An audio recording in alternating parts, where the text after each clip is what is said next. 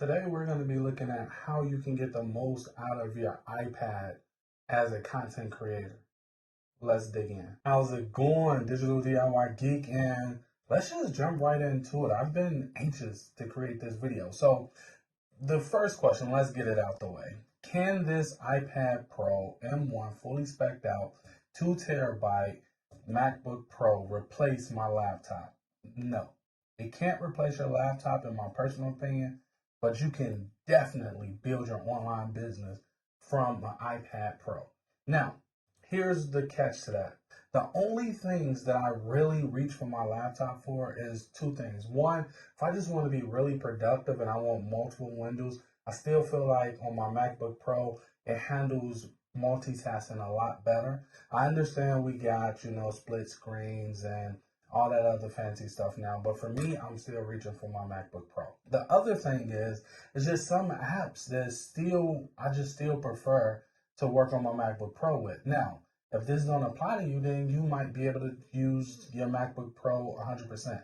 But for me, if I'm working with things like Excel, so if I'm doing a marketing campaign, I'm setting up a marketing campaign for Google, I want to do that on my iPad. I want to be able to see SEMrush on a big screen, and I want the flexibility of having 2 big windows that I can really work from and see everything I'm doing. When it comes to Figma, I prefer to use Figma on my MacBook Pro. In my personal opinion, it is not there yet when it comes to using Safari or using Google Chrome on your iPad. Those are the main things that I find myself reaching for my MacBook Pro for. And editing, it goes without saying. However, if I'm doing a simple edit, I'm reaching for my iPad Pro because it's much easier, it's much funner.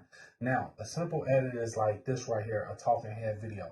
But when you get into switching between me, my desktop, or me, another angle, and my desktop or something like that, then I'm pulling out my MacBook Pro for that, only because it's just easier to do it in Davinci Resolve than it is on my iPad. And that's always been the case.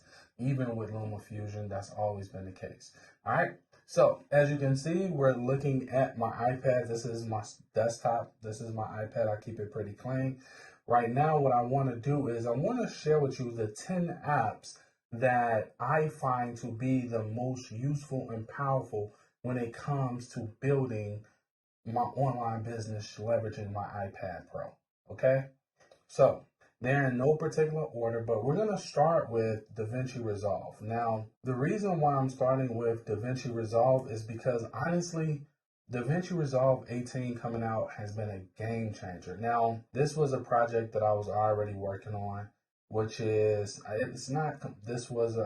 What is Marketing, which was one that I just released. If you haven't watched it, make sure you go check it out. You can see that I did the What's in My Camera Bag, I did What is Marketing, and this is honestly, in my personal opinion, if you look at it, if we go back over to the cut page, we can use this right here. I don't particularly like using this, but I mean, it is what it is. We can use this to drag across, scrub across it, but I prefer to just use 2 fingers because I'm used to using 2 fingers inside of LumaFusion. So I also have LumaFusion on here as well. That's what I was using at first, but honestly, like, come on, like, LumaFusion don't have all of this. Like, you use a node. It's a fantastic app. I highly recommend you check it out. And then I like the fact that I can go into full screen and see exactly what it is I'm doing. I'm able to scrub through this footage to make sure everything is in focus, to make sure I'm getting everything just right, make sure my skin tones is right and all that other cool stuff.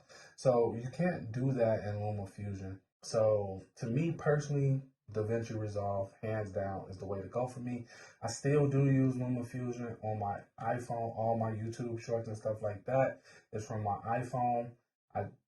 Just simple, straight out my iPhone using my iPhone camera. So number 1 is definitely Resolve. We can close this out. My next app, if I use Davinci Resolve for editing, then I absolutely use Ferrite for editing my audio. So this is Ferrite. If we leave up out of here, you can see that What is Marketing is what I use. I use this to edit that audio. Even if I record the audio from my microphone on the top of my camera, which honestly, if you paying attention to my last video, my audio, it wasn't where I wanted to be. And to be honest with you, every time I use my Rodecaster mic, the Rodecaster Pro mic, what is it, Rodecaster Pro Plus or whatever it's called, the audio always have this static in it. And no matter how much I try to get rid of that static, it just don't work.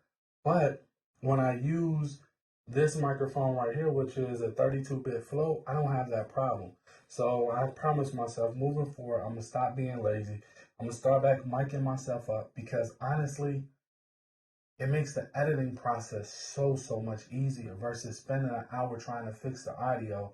I could just use this and be done with it. And with this, the cool thing I like about this, like I can show you on here, if we go into here, we can just say open existing project. And what I like is if you look over here, I'm able to use effects. Now you can see these are like, you know, a pro gate. So this is a gate that allows me to cut out the noise. I have another one. So if you look right here, I come right here. This is my gate. This is my multi-band compressor. This is my EQ, my de-esser. Saturn 2 is just basically like a voice modulator. It allows you to enhance your voice. So it allows my voice to be more deep. But since I feel like I already have a pretty deep voice, I might take some of the deepness out of it, or I might bring up some of the presence in my voice so it feels like I'm actually right there talking to you versus super far away. You can equate it to like being on a cell phone when somebody got you on speakerphone and they sit the phone down and they're talking to you. You can hear them, but you can hear them. It's like you hear them in a distance. And that's usually how it is because the microphone is on there. So I like to bring my voice closer, and I use Saturn to do that.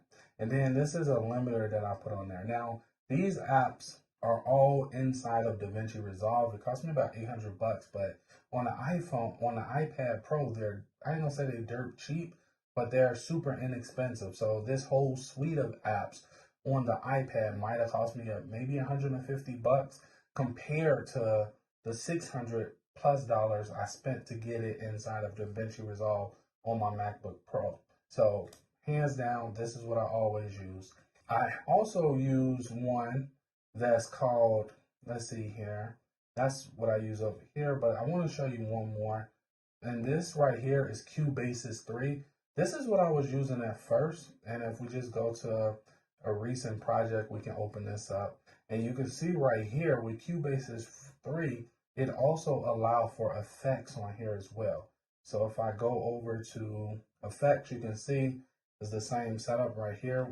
If I click right there, you can see it pops up down here. You can see I can make it full screen. And this allows me to be able to get the most up out of my audio, which is the reason why I really like it. Now, the reason why I switched from Cubasis 3 to Ferrite is because Ferrite is out the box tailor-made for audio. Cubasis 3 is out the box tailor-made for people who want to mix and master songs. So for me personally, I was using this at first, but as soon as Ferrite came out with the update, I switched over to Ferrite because it's just easier editing your audio inside of Ferrite, especially if it's a podcast, because you can strip out all the silence. Trust me, it's a nice experience over there. Versus with Cubasis 3, you got a learning curve. That's why Cubasis 3 wasn't on the list, because I honestly don't use this app like that anymore. The next app is going to be a text app, which is called Drafts. Now, this app is literally just a plain text app. One of the things that I like to use Drafts for, if I'm doing a project, I can click right here and say new video project, and it instantly gives me my project, my template. So I like that. And outside of that, I mean, I can send text, I can send content over. So let's just put something right here. Demo test. I can send things over. So I can send it over to Ulysses. If you look right here, it gives me the ability to send it over to Ulysses. I can email it. I can do I can put in my headline template. I can do Twitter if I want to send it over to Twitter. I can add it to a list. I can turn it into Markdown. I can do a lot of powerful stuff inside of Drafts. And the fact that I can have Drafts on my Apple Watch right here, hands down, it's a no-brainer for me. So all my texts always start in Drafts. And if you look over here, we can just come over here really quickly. I'm going to actually trash this because I don't need it. But if we come over here, you can see all of my different projects that I have going on. So if I go to the YouTube channel, if you come to right here, you can see I have all the things that I want to talk about as far as this video and things like that go. And I actually have that on this iPad over here to make sure I stay on topic. So this is the iPad that I use to make sure that I keep my notes and I'm on topic and I'm not just rambling all over the place. So Drafts for me, hands down, is one of the best text apps, if not the, honestly, is the #1 app that I use for text, even though I might send it off to Ulysses, Scrivener, or something like that. But when it just comes to getting the content down and out of my head, I love Drafts. I don't see no app out there right now that can beat it. I understand you got Obsidian, you got Rome Research, you got all of those different apps out there, and they cool in their own right.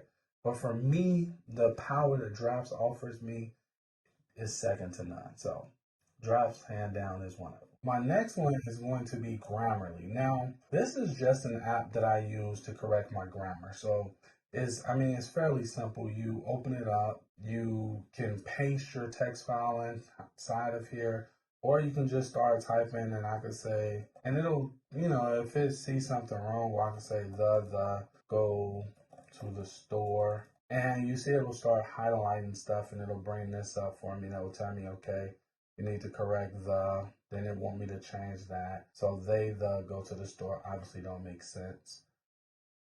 So I can delete this and it would be they gone to the store. But the moral of the story is I usually use Grammarly to correct my grammar just to make sure, because sometimes online can be a very, very ruthless place. So I do my best to make sure my grammar is on point every time, and this is the app that I use.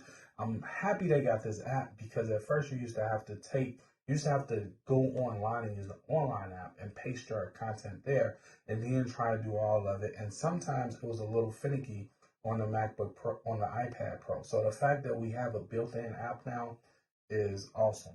It also has the keyboard too, which is, I usually don't even come in the app no more. I usually just use the keyboard. So if I show you that, let's go back to Drops right quick. I can show you what I'm talking about. And let's just go over to something that, let's go here, because this is something I'm working on. So what I could do is I'm able to click on the keyboard. I could say show keyboard, and then I can click on now this keyboard down here. Right here, you see the G for draft for Grammarly. I can click on check, and what it will do is it'll read my page, and then it'll start giving me all of these things that I can correct. And because I've already done this and changed it how I want, I'm not going to do that, because what you have to remember with Grammarly is it's, depending upon what you pick, it's more so essay style, things like that. So for me, once I change up everything in Grammarly and I go back and I re-edit it, and I want to retain my voice, I still want it to be a conversational piece,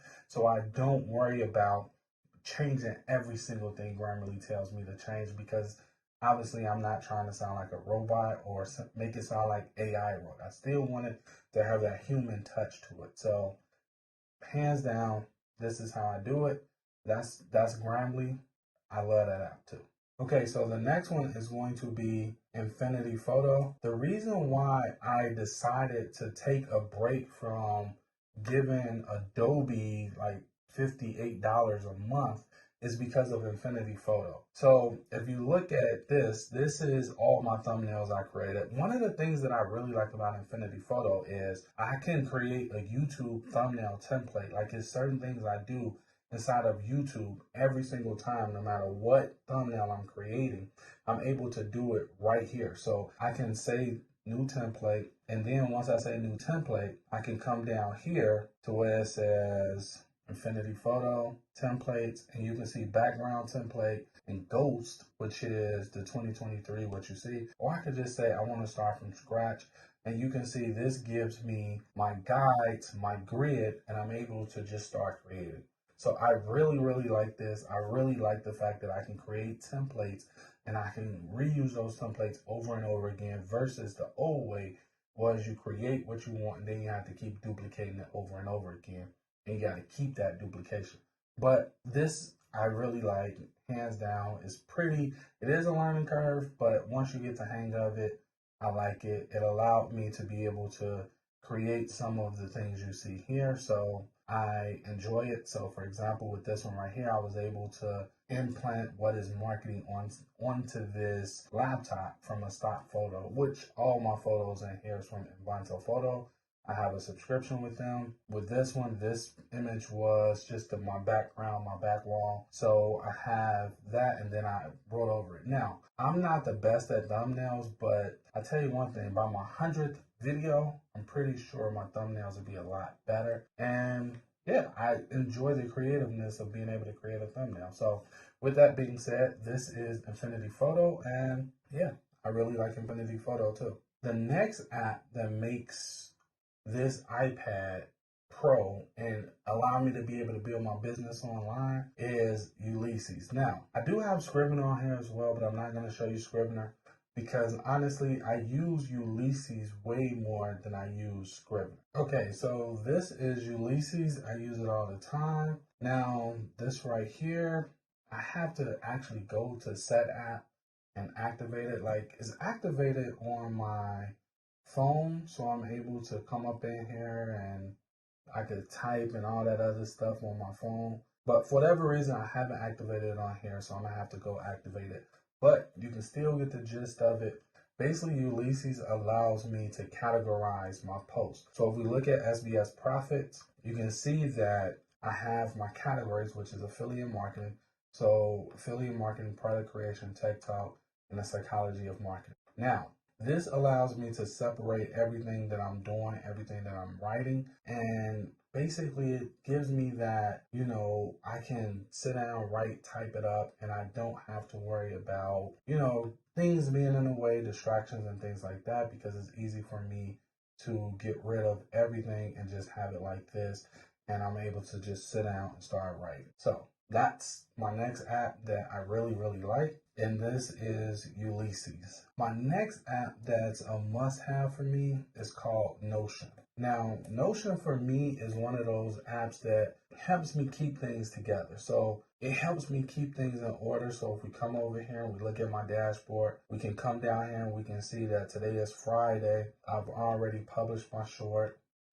We can see that right now I'm recording my iPad for content creators. And then you can see right here, I have to move focus and grid over to SBS Profits. I'm consolidating into one website. But you can see that this is Notion for me. And while you do see tasks right here, I honestly don't use Notion for task managers. What I do use Notion for is to forecast my week ahead.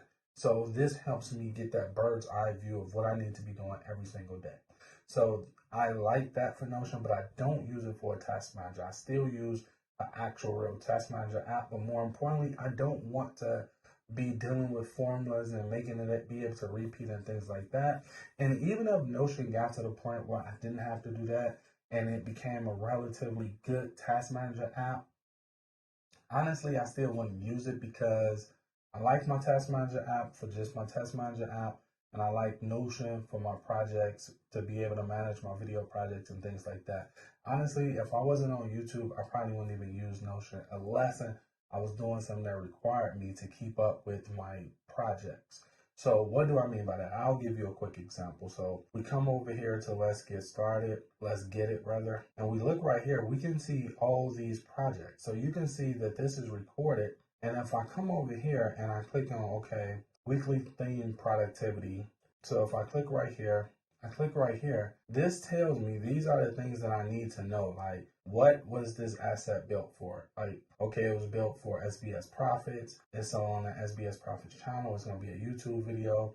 It's already recorded. The content is on my 14-inch MacBook Pro, and it's on the desktop. Then I can see the project assets as a screencast, a talking head video, and an audio waveform. I can't tell you how helpful this has been to me. When you're creating as much content as I'm creating, it's very hard. Well, it's very easy to lose content. It's very hard to pick up a piece of content that you recorded 3 weeks ago, and now you want to work on that project. Now you got to try to figure out, where did I store that? how many assets is with it, and what was the mindset or what was the thinking around when I recorded that. Well, with this allows me to keep track of everything, and I can put in any notes or thoughts I have at the time. So this is the reason why I like this so much. And I know you're thinking like, okay, you got all of this stuff, and this is the same template in your drafts. It is, but usually I delete all of this right here, and I paste in whatever I got over in drafts, and I make sure all of it's together. And then once my thumbnail is completed, I upload my thumbnail. And that's the reason why I love Notion so much. This, hands down, is one of my go-to apps. I pay the $5 a month because honestly, it's worth it to me. So yeah, our next app is what is going to be OmniFocus. Now, OmniFocus is my task manager app. If you look at my forecast, you can see that the only thing I have left to do today is record this video, which I'm already doing so I can check it off. And the last thing I have to do is create the short for tomorrow. So when I wake up, I can just publish it. So I got to create and edit my YouTube short tonight so it can be published first thing in the morning. Then if we come over here, you can see it mirrors what I had going on for my Notion setup. The only thing that's not over here is I moved the website over because that's a big project. It's already 6 o'clock at night, so I'm not going to be able to get done with that. I can at least get started with it, but I won't be able to finish it. So that's going to be like probably a three-day project, or if I can get an off day, I'll go to Starbucks and knock it all out in one day, which would be cool too. But you can see this is OmniFocus. So you can see if I look at my inbox, sometimes I drop stuff up in here that I want to check out, but I don't want to get distracted. I'm able to use a share sheet. So if I go over to Safari really quickly, and I pull up, let's say we pull up something on YouTube, and let's say for whatever reason, okay, so let's say this guy created an awesome video, and I want to watch it later, but I don't have time to watch it now. This is one of the things I like about OmniFocus. So I'm able to come over here, click on share, scroll over here, and I can click on OmniFocus. And when I click on OmniFocus, it's going to save it, and I can add a little note to myself to say, watch this later. And at that point, you can see under notes, it automatically put the link to this video. So I can say save. And at that point, if we go back over to OmniFocus, you're going to see that it pops up right here eventually. And that's honestly the reason why I like OmniFocus so much. It's a pretty cool app. Now, the last two apps, honestly, me personally, is what makes this worth it to me. The first one is Shortcut. So a shortcut that I run all the time is, let's go back over to YouTube, and I'm going to just use a year with a Mac. Okay, I'm gonna use this, and I'm going to show you why I like this so much. So if I click on share, I'm gonna copy the link. Once I copy the link, I can now come over here and I can go into good links, and I can say good links capture, and now I'm done. Or if I had an idea, I could say drafts quick capture, and I could say, okay, so something cool, do this, and I say done. Now, what that just did was two things. Now, if I go into drafts, well, first, let's go to good links so I can show you what the first one did. Open that up. I can close it, and you can see now I have this entire video inside of Good Links for me to read with all the links included. I really, really like that. Super convenient. And then if we go to drafts and I come over to my ideals folder, because that's where I quick capture everything in, you can click right here and you can see title, something cool, do this. And the cool thing that I like about this is I can do this on my phone. Like when I do it on my phone, for whatever reason, I guess because I'm not attached to the Magic Keyboard, it works better. But when I do this on my phone, it's seamless. When I do it on my MacBook Pro, it's seamless. For whatever reason, when I was doing it here, it was finicky. But normally it's not like that.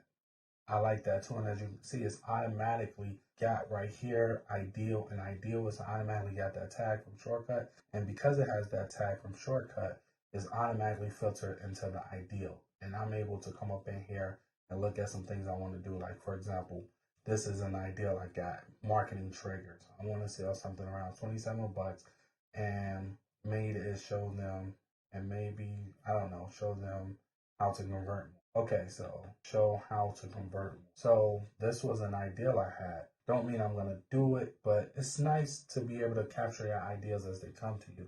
And that shortcut worked for that specific reason, which is the main reason why I wouldn't be able to live without shortcuts on my iPad or on any of my devices for that matter, because I use shortcuts across platform, whether it's my laptop, my iPad, or my iPhone.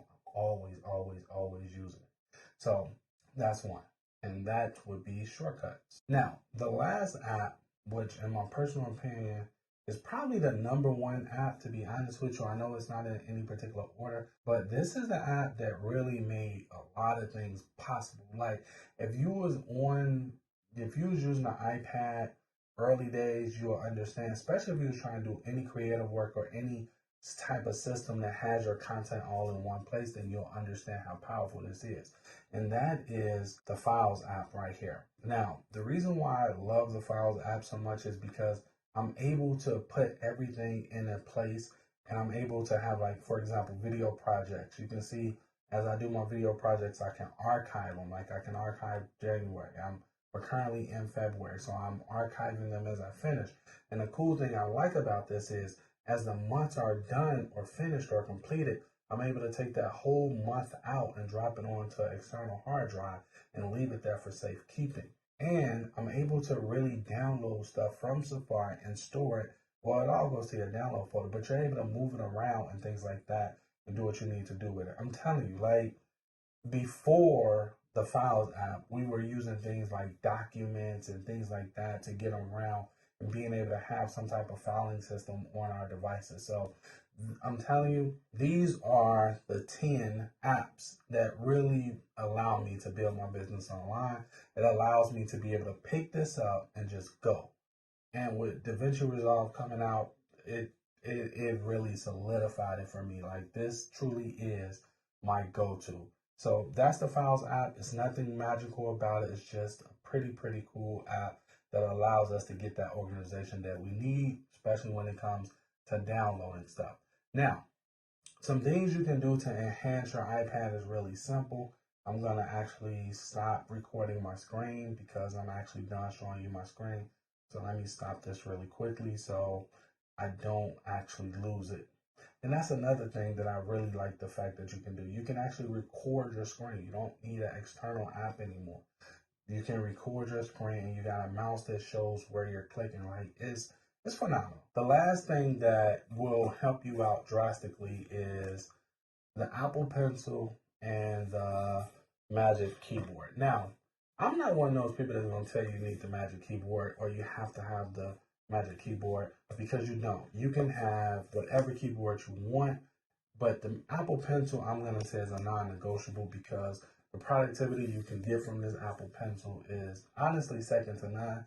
I can't speak to the crayon because I never used it. I feel like the crayon is like $60, the Apple Pencil is like $100. Spend the extra $40 and be done with it. But that's how I think. So I know a lot of people swear by the crayon. Personally, I swear by the Apple Pencil. So it just depends on which way you go. There are other keyboards. So if you look at this iPad right here, this is on a Logitech keyboard. It has this, and it comes with this keyboard right here. So I'm able to connect it and disconnect it really easily. So it just depends on, what you like. For me personally, I like typing on the Magic Keyboard better because I feel like it's fuller, it's a bigger keyboard, but more importantly, I love mechanical keyboard. So this I like the press. I like the feel of this keyboard right here. Like I like it. I type fast. I like it. It puts me in the mind of our old keyboards before Apple did the butterfly switches. So yeah, I like it. But that's all I got for you in this video. I hope you enjoyed it. I hope that you now see that you can absolutely do some powerhouse stuff on just your iPad Pro. Although it's a lot of videos out there that say you can't. However, you can do pro stuff on an iPad Pro. No, you can't do every pro thing on iPad Pro, but you do have some pretty cool stuff that you can do on here, as far as a content creator and somebody that's building a business online. Now, once you get your website set up and things like that, you can absolutely manage your website from your iPad Pro using automation, which is a video I probably should create, because you can actually type up everything in Ulysses and have Ulysses send over your blog post and everything. All your links will be there, all your tags will be there, everything will be there, and you wouldn't have had to log into WordPress to fiddle around with it at all. So don't sleep on the iPad Pro. You can absolutely build your business. If this is all you got, or this is all you can afford at the time, this is a powerhouse for building your online business, okay? So with that being said, I hope you enjoyed this video. Till next time, later.